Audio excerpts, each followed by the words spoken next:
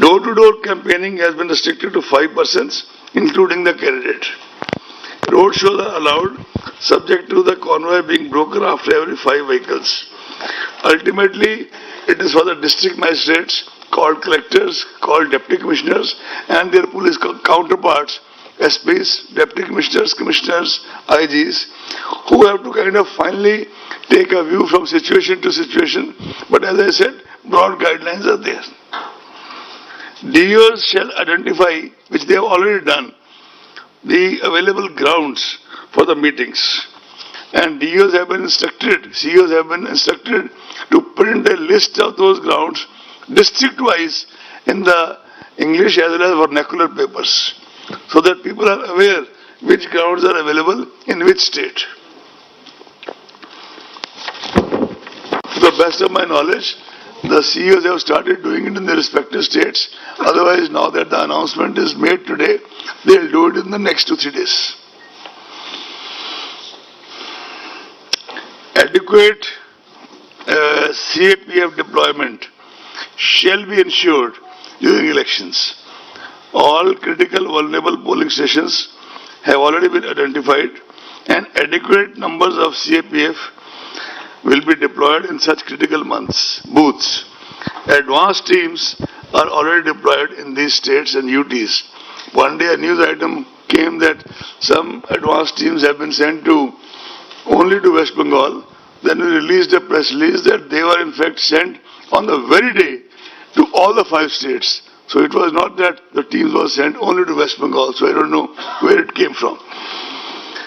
In any case, you are aware that to ensure optimum use of CAPF, because wherever we go, we are told that the state administration, and this is uniformly said by the local representatives, that the state police, they do their own bit and they do not let the CPF go to the critical stations, etc. So we issued a circular dated 8th February 2021, which is already in the knowledge of all of you practically, but I'll Shefali request her that it should also be separately loaded on the website so that everybody can see it. That circular says that now there will be a committee comprising of CEO, State Police Nodal Officer and State CAPF Coordinator to jointly work out the election security plan and ensure randomization of the security personnel. Force deployment plans of states and UTs shall be vetted by special general and police observers. For district deployment plans, both general and police observers will have it. This will help in optimal and far more impartial use of CPFs in area domination, especially in the vulnerable areas and communities. Besides this, all other aspects of security management, including webcasting, CCTV footage, coverage and videography will be put in place. On 25th February 2021, Commission has directed by issuing a notification that arrangements for webcasting shall be done in all the critical polling stations and all polling stations in vulnerable areas, at least in the 50% such cases, including auxiliary polling stations, whichever is higher. I mean, if somebody can do 75, we should be too happy. If somebody can do 100, some of the CEOs did it. But 50% is the benchmark. It cannot be below 50%. You are also aware that ECI has had for some time a time-tested and robust system in deploying central observers over and above the district observers, special central observers for depending on the sensitivity of a particular state for law and order and for expenditure, etc., etc. In fact, in Bihar elections and in earlier elections also, in Maharashtra, in Gujarat, all these places, we had deployed such observers, and some of them did exceptionally well. In fact, 1 or 2 of them, most of them are retired members of CBDT or CBIC. Also, some of them have been in investigation in their own postings for a very long time. And such observers, this time I would like to take out the name of observers.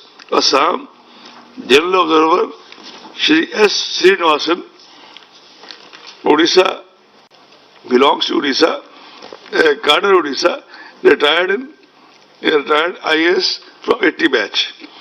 West Bengal, Shri Ajay Naik, 84 batch, retired. He used to be our CEO in Bihar and one of the best CEOs the Commission ever had. Not that we have dearth of them, but he was one of the best of the best. Kerala, we are still finding out a person. We just have 2-3 options, but you have to take their consent. In a day or so, that will also be done. Tamil Nadu, Alok Vardhanji, Bihar 86, retired. Puducherry, Manjeet Singh, 88, Rajasthan. IPS observers, Shri Ashok Kumarji, IPS UT, 89 batch for Assam.